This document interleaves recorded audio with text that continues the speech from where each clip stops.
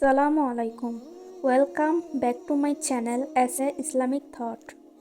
আপনি কি খুব কষ্টে আছেন? আপনি কি খুব পেরেশানিতে আছেন? আপনি কি খুব ক্লান্ত হয়ে পড়েছেন? আপনি কি ভেঙে চুরমার হয়ে গেছেন? আপনি কি কিছু বুঝতে পারছেন না কি হচ্ছে আপনার সাথে বা কি হতে চলেছে? এই জীবনের লড়াই আপনাকে হারিয়ে দিচ্ছে। দোয়া কেন এখনো কবুল হচ্ছে না? সমস্ত জিনিস আপনার কাছ থেকে আস্তে আস্তে দূরে চলে যাচ্ছে। আপনি নিজেকে আর সামলাতে পারছেন না। যেটা বারবার আল্লাহ তাআলার কাছে চেয়ে যাচ্ছেন সেটা এখনো পাননি। আর তাই ভাবছেন, এখনো কি আমি আমার দোয়া চালিয়ে যাব নাকি ছেড়ে দিব? এইবার শুনেন, আল্লাহ আছে না? আপনার এই যন্ত্রণা ভরা মনটাকে আল্লাহর কাছে নিয়ে যান। তিনি আপনাকে রহমত দিবেন, তিনার রহমতের চাদরে। আপনার ভাঙ্গা হৃদয়টাকে তিনি তিনার ভালোবাসায় জুড়িয়ে দিবেন। আপনার অন্ধকার ভরা জীবনটাকে তিনি তিনার রহমতের আলোয় ভরিয়ে দিবেন। আপনি একবার আপনার মন থেকে আল্লাহকে ডেকে দেখেন। আপনার কান্না ভরা কণ্ঠে তিনি ছুটে আসবেন। আপনি কি জানেন, আপনি বারবার আল্লাহ তাআলার কাছে ছুটে যান তিনার সাহায্যের জন্য, তিনার সাহায্য পাওয়ার জন্য। আপনি আল্লাহকে তর্পে তর্পে আপনার প্রিয় জিনিসটা চান। এটা তো এমনি হয় না, এটার পিছনে আল্লাহ তাআলার একটা মাকসাদ অবশ্যই ছিল, যেটা হলো তিনার কাছে আপনি মাথা নত করেন, সিজদা করেন, তিনাকে আপনি স্মরণ করেন, তিনাকে বারবার ডাকতে থাকেন। সেই সময়ে যে সময় দোয়া কবুল হয়। কই, এর আগে তো কখনো আপনি আল্লাহ তাআলার কাছে ছুটে যাননি, তিনাকে তো রাজি খুশি করাননি।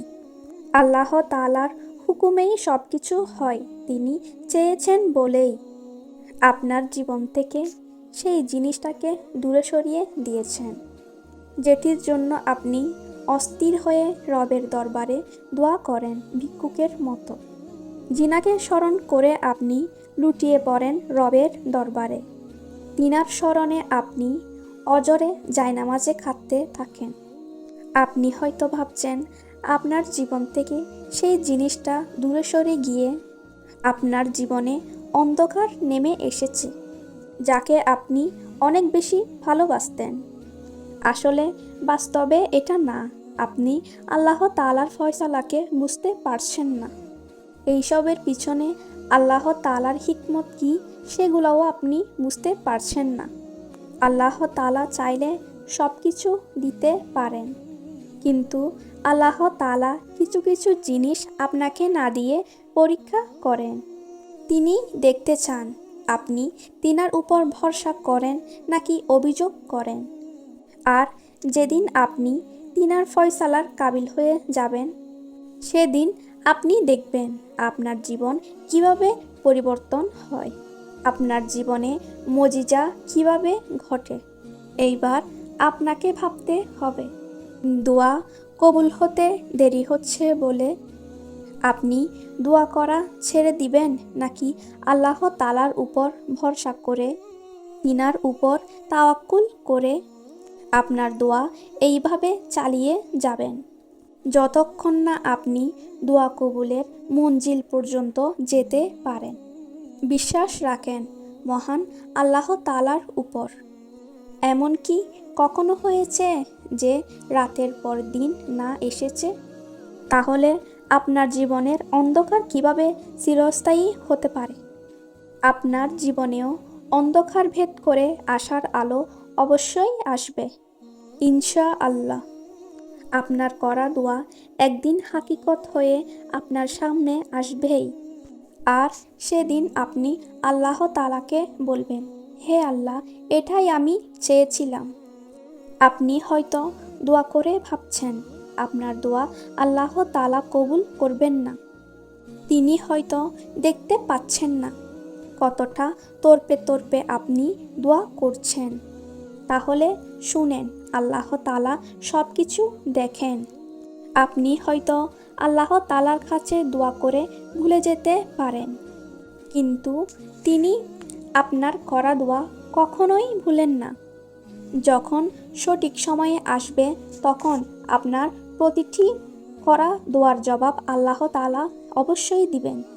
এমন জবাব, যে জবাব আপনাকে খুশিতে ভরিয়ে দিবে।